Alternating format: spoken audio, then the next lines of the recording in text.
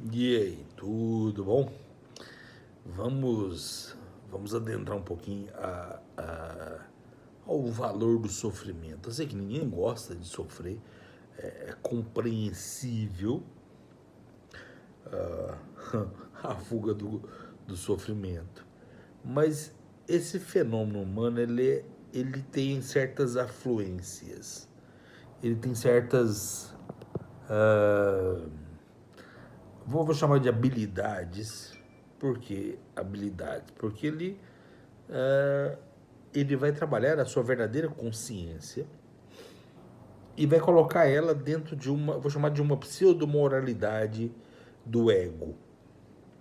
E essa pseudo-moralidade, ela vai se curvar, vai ser submetida a um processo de condicionamento. Há uma correlação de condicionar aquilo, de se tornar algo quase que automático. Só que esse fenômeno que é automático, ele vai somar junto a isso o existir, o meramente existir do ser humano, aquele que existe, aquele que caminha frente à finitude.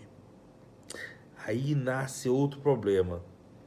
Se eu, como sujeito, como uma condição humana, sei da minha finitude, sei que a morte me espera, sei que há um limite, e esse limite não é bem definido, porque não é dado a nós essa capacidade de perceber o momento, a marca da finitude, a marca do momento do final. Não é dado. Só que ao mesmo tempo que não é dado a nós uma busca de ter o porquê de existir. Qual que é a minha, de forma consciente, o meu encarrilhamento? Ou eu vou ficar sempre descarrilhado, descaminhado, perdido? Eu devo forçar essa busca? Eu devo forçar essa busca? Eu devo, na essência, se tornar um homem livre e responsável pela finitude da minha existência? Porque se há o fim sempre houve, e isso até Hipócrates já relatava como que cada ser humano lida com a sua trajetória existencial, a sua trajetória de vida, e como que cada indivíduo lida com o fim, com a morte. Há uma variedade de possibilidades, não muitas. Poderíamos dizer, você crê ou não uma existência superior. Alguns diriam, não, você tem uma possibilidade ateia, você tem uma possibilidade gnóstica, que aí se abre um leque grande. Você tem uma possibilidade de crer numa transcendência, e dentro dessa transcendência você transforma a sua forma do existir. Mas cada um dessas possibilidades dá dentro do caminhar para o fim. E esse existir faz sentido? E quando faz sentido, o que muda na vida da pessoa? Essa onisciência, ela é possível caminhar para a consciência humana? Atos, termos, pensamentos morais, ela modifica a apresentação cognitiva? Isso é assunto de discussões de centenas de filósofos. A moralidade, ela redesenha a minha cognição? Eu ser um ser que descarto a moralidade vai me tornar maior ou menor? Vai me tornar um indivíduo que vai ter um sentido da consciência, que busca o sentido, em um sentido que não descarrile a minha vontade existencial, porque permeado essa finitude, nós temos o sofrimento. E o que fazemos por inteiro quando nos confrontamos com o sofrer? Como vemos? Como vemos o indivíduo que resolveu ser um procurador da finitude, e a finitude é como um marco que nos obriga a achar uma existência. Eu diria, a possibilidade de achar a existência da consciência dentro da finitude, e uma finitude que nos põe frente ao sofrimento. E aí o sofrimento é algo, presta atenção, é algo saudável e ao mesmo tempo doentio. Ele entra nessa dicotomia e ele modifica ou ele amadurece a cognição dentro dos impulsos. As experiências corporais da dor, do sofrimento, do afeto, da moralidade, ela extrapola as vias neuronais, ela põe dentro de imaginemos uma tradição cultural, filosófica socrática, ela põe o sofrimento como uma experiência sine qua non para que você transcenda você mesmo. Essa forma de potencializar nosso ser que existe, nosso ser e ampliação, perspectiva de vida. Vamos imaginar um casamento que está estremecido. Será que aquele sofrimento, na verdade, não seria uma forma importante, porque eu estou dizendo o corpo, eu estou dizendo os dois. Não seria uma forma de amadurecimento e de elevação da forma tanto afetiva, moral e de entrega ao sofrimento a elementos vitais da existência? E quando recuperamos, ou quando saímos desse sofrimento, dessa vivência, afirmamos existencialmente que temos um sentido maior. Parece que às vezes há uma certa obrigação no sentido. Mas a vida, por mais com sentido ou sem sentido, com visão transcendente ou visão sem transcendência, é uma afirmação. É uma afirmação. A finitude está rondando a sua essência. Ela está promovendo, ela está criando. Aí eu pego as experiências que eu percebi, que aqueles indivíduos que de alguma forma acharam essa objetivo maior, essa vivência maior frente ao sofrimento, eles acharam uma superabundância das suas forças. Acharam um fenômeno de um retorno a uma vida que antes eles não tinham. Eu sei que numa escala seria, estamos voltando ao século XIX no romantismo, embora eu não ache que seja romântico, mas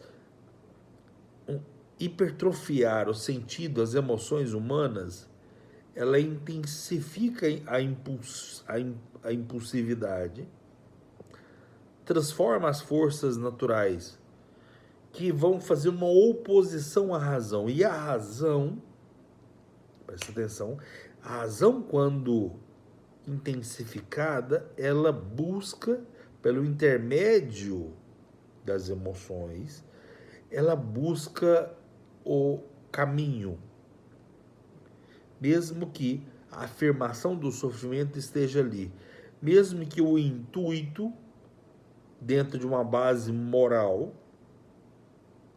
em qualquer essência que seja, ela vai se tornando uma perspectiva de ampliação da existência, mesmo que seja assimétrica, porque na verdade a simetria não é uma base muito confiável dentro do nosso cérebro, porque nós estamos trabalhando com o hemisfério direito e esquerdo que são assimétricos. Assimétrico nas suas funções, nas suas habilidades, na forma estrutural de cada neurônio. Então, criar essa impulsividade dentro das emoções, as emoções impulsionadas, ela vai estimular a razão a entrar na possibilidade da criação. A criação vai criar o que você realmente deseja. Essa perspectiva cria saúde, cria, mesmo que doente, te dá habilidade de experiências da doença, do sofrimento, que normalmente não aconteceria ou ficaria desvinculado da experiência da saúde. Fica uma experiência do sofrimento, mas que ela cria graus e intensidade diferentes. Então, esse sofrimento diante da morte é como uma criança que chora. Chora muito. Chora porque percebe o quão enfraquecido está, o quão abandonado pela família está, o quão cruel é mentalmente pensar na ausência de Deus. Esses raciocínios, esse problema do sentido do sofrimento, de dar um norte ao sofrer, ou o sentido que também dentro do cristianismo é muito forte, é o sentido o sentido do cristão, é o sentido do trágico, aquele problema que vai mediar uma explicação dos três aspectos normais das teses, as temáticas religiosas, filosóficas e agonistas e antagonistas. As duas caminham juntas. Porque sempre em nossa mente nós conseguimos criar isso. Então, quando caminhamos nesse, vou chamar de triponto, e o sofrimento ele intensifica, ele vai criando assinaturas diferentes.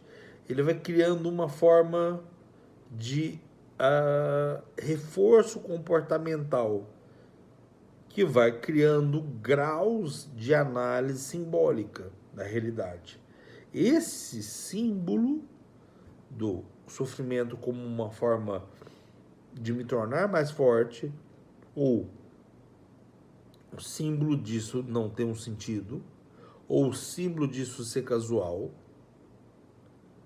ou o símbolo dessa triangulação de uma árvore superior, cria uma compreensão quase num plano onde é que o sofrimento, você e as suas emoções, razões afetivas vão ter um significado que vai deduzir, vai tentar ser muito didático para que você tenha essa visão universal de que o sofrimento é uma forma de falar. É uma forma de, embora você se revolte contra ele, é nele, no sofrimento, com doença, sem doença, ou uma doença latente ou sem ter uma doença latente, ela transforma aquilo que não há sentido no sentido. Ela não cria a falta do sentido. Ela não cria uma falta de objetivo. Ela não cria uma falta de força para que você conquiste algo. Ela cria o sofrimento que introduz um mecanismo que literalmente que salva a pessoa. A existência fenomenológica do sofrimento cria algo que vai me salvar existencialmente? O sofrimento, ele vai me dar essa consideração? Ela vai criar em mim um ser espectador que vai se transformar em causadores para um objetivo que vai estar dentro do sofrimento de forma oculta, não descoberta, que ainda não há uma testemunha. Presta atenção, não há uma testemunha. E eu sofro porque como se eu tivesse sido extirpado, abolido da existência, honestamente extirpado. E se isso me faz, eu perco esse intermédio entre o céu e o abismo. E o abismo, obviamente, é um símbolo do ateísmo. Também não há nada de errado nisso. Mas deixa de ser um ser que vagueia ao oculto. Andar atrás de que algo está. No vídeo passado eu mostrei os 7 pontos das coincidências não casuais ou acasuais do Jung. Aquilo somado, ela permite que você tateie o escuro. No escuro você começa a perceber que as coisas que aparentemente não há uma causalidade, ela é espetacular. E que a dor, na essência, ela tem uma intenção. Essa intenção, ela vai mostrar ao indivíduo que há uma arte, há uma maestria. Você já percebeu isso? Isso se justifica em si mesmo. Não é uma justificativa de bem e de mal, mas é uma justificativa de pôr você como um ser que vai ficar na superficialidade ou vai ficar na profundidade. É uma escolha. E transitar entre um e outro envolve uma expressão da dor que é permeada pelos desejos. Então, aprofunde. Veja que às vezes o vazio pode estar cheio de sofrimento, ou cheio de alegria, ou uma mistura. Ela vai te clamar uma falsa intenção. Então, se você olha e vê o vazio como um único caminho, há um engano.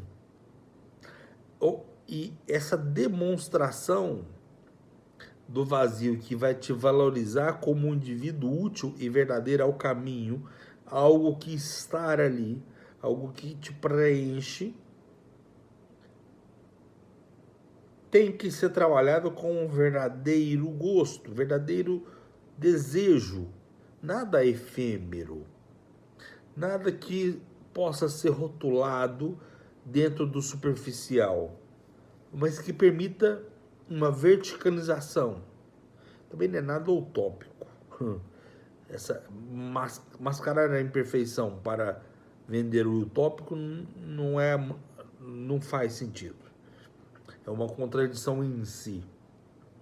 Mas essa balança do equilíbrio e não só o sofrimento, ela vai represar ali o que deve e tem e que está doido para te mostrar o que é uma orientação, quais os limites, o quanto você consegue acumular de energia para pôr em ação o seu comportamento e agir no seu comportamento para transformar a vida num algo que passe além.